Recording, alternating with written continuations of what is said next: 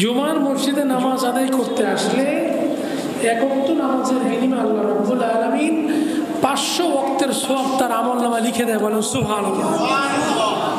এমনি ভাবে বাইতুল মুকাদ্দাসে যদি এক রাকাত নামাজ পড়া যায়, সঙ্গে সঙ্গে আল্লাহ রাব্বুল আলামিন 1000 রাকাতের সওয়াব দিয়ে দেয়। বলেন সুবহানাল্লাহ। মসজিদে নববী মদিনাতুল মুনাওয়ারা যদি এক ওয়াক্ত নামাজ পড়া যায়, সঙ্গে সঙ্গে সেই ব্যক্তির আমলনামায় কমপক্ষে 50,000 ওয়াক্ত নামাজের সওয়াব লেখা হয়। বলেন সুবহানাল্লাহ। বাইতুল্লাহর ঘর কাবা শরীফ, ওখানে গিয়ে যদি এক ওয়াক্ত নামাজ পড়া যায়, আল্লাহ রাব্বুল আলামিন সঙ্গে সঙ্গে তার আমলনামায় 1,00,000 নামাজের সওয়াব দিয়ে দেয়। বলেন সুবহানাল্লাহ। কত লক্ষ সওয়াব? 1,00,000। যে ব্যক্তি হজে যাবে, আল্লাহর ঘর গিয়ে দেখবে, কাবা শরীফের মধ্যে 120টা রহমত নাজিল হয় প্রতিদিন। 120টা রহমত নাজিল হয়। যারা তাওয়াফ করে, যে ব্যক্তি তাওয়াফ অবস্থায় থাকে, 40টা রহমত সরাসরি তাদের উপরে পড়ে। বলেন সুবহানাল্লাহ। আর যে ব্যক্তি নামাজ অবস্থায় থাকে, তার উপরে 40টা রহমত সরাসরি গিয়ে পড়ে। বলেন সুবহানাল্লাহ। আর এক ব্যক্তি নামাজও পড়ে না, তাওয়াফও করে না, শুধু আল্লাহর ঘরের দিকে তাকিয়ে থাকে। আল্লাহ রাব্বুল আলামিন জানিয়ে দিয়েছেন তার হাবিবের মাধ্যমে, আমি তাকেও বঞ্চিত করব না। তার আমলনামায় তার উপরে সরাসরি 20টা রহমত নাজিল হবে। বলেন সুবহানাল্লাহ। তা কাবা শরীফে এক ওয়াক্ত নামাজ পড়লে কত ওয়াক্তের সওয়াব? কত বলেন? কত? 1,00,000 ওয়াক্তের সওয়াব। মদিনাতুল মুনাওয়ারায় এক ওয়াক্ত নামাজ আদায় করলে 50,000 ওয়াক্ত নামাজের সওয়াব আল্লাহ লিখে দেন। আসুন আমরা 1400 বছর পূর্বের দিকে লক্ষ্য করে দেখি। সাহাবাজ বাইনগণ হিজরত করে মদিনায় চলে গিয়েছেন। আমার নবী রাহমাতুল লিল আলামিন আল্লাহর নির্দেশ আসার পরে মক্কার অত্যাচার সইতে না পেরে আমার নবী রাহমাতুল লিল আলামিন দিনের দাওয়াত নিয়ে মদিনার উদ্দেশ্যে রওনা হয়ে যায়।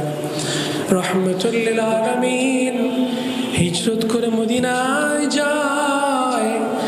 সমস্ত সাহাবা আজমাইনগণ বাইতুল্লাহ ছেড়ে মদিনার দিকে রওনা হয়ে যায়। আওয়াজ দিয়ে বলেন সুবহানাল্লাহ। হযরত ওমর ফারুক রাদিয়াল্লাহু তাআলা আনহু, যিনি ইসলামের দ্বিতীয় খলিফা, আশারায়ে মুবাশশারা, জান্নাতের সুসংবাদ প্রাপ্ত সাহাবী, এমন একজন সাহাবী যিনি আল্লাহ রাব্বুল আলামিনের কাছে দোয়া করেন, আল্লাহুম্মা রযুকনি শাহাদাতান ফি সাবিলিক ওয়াজআল মাউতি ফি বালাদি রাসূলিক। ওগো আমার মালিক, আল্লাহুম্মা রযুকনি শাহাদাতান ফি সাবিলিক।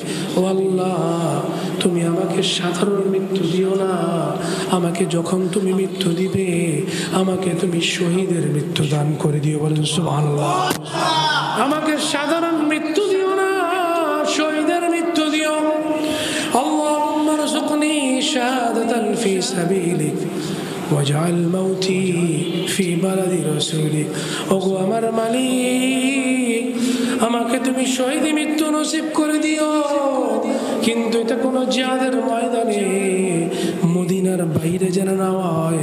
ওয়াজআল মাউতি ফি বালাদি রাসূলিক, আমার মৃত্যুটা যেন তোমার নবীর শহর মদিনাতে হয়। বলেন সুবহানাল্লাহ।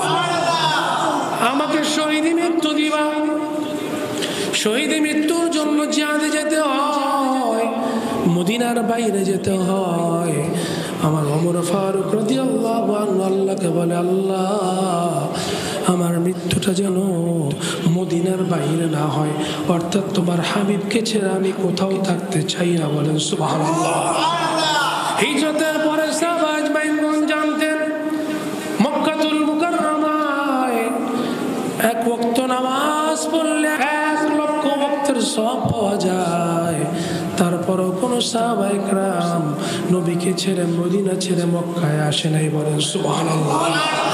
বোঝা গেল যত লক্ষ রাকাতের সওয়াবই হোক না কেন, নবীর মুহাব্বত যদি অন্তরে না থাকে, নবী যদি খুশি না থাকে, আল্লাহ তার উপর খুশি হয় না। কি বলেন, ঠিক কি না? সাহাবা আজমাইনগণ জানতেন না, বাইতুল্লাহ যদি আমি থাকি, যেটা আমার জন্মভূমি, সেখানে আমি 1 রাকাত নামাজে 1 লক্ষ রাকাতের সওয়াব পাবো। কিন্তু নবীকে ছেড়ে আসে নাই। ওমর রাদিয়াল্লাহু দোয়া করি, আল্লাহ আমার মৃত্যুটা শাহাদাতের দিবা, কিন্তু মৃত্যুটা যেন মদিনায় হয়, এর বাইরে না হয়। কোথাও যুদ্ধে গেলাম, সেখানে শাহাদাত বরণ করলাম, আল্লাহ আমি এই শাহাদাত তোমার কাছে চাই না, আমি এমন একটা শাহাদাত তোমার কাছে চাই, যেই শাহাদাতটা হবে তোমার নবীর শহরে মদিনায়। বলে সুবহানাল্লাহ।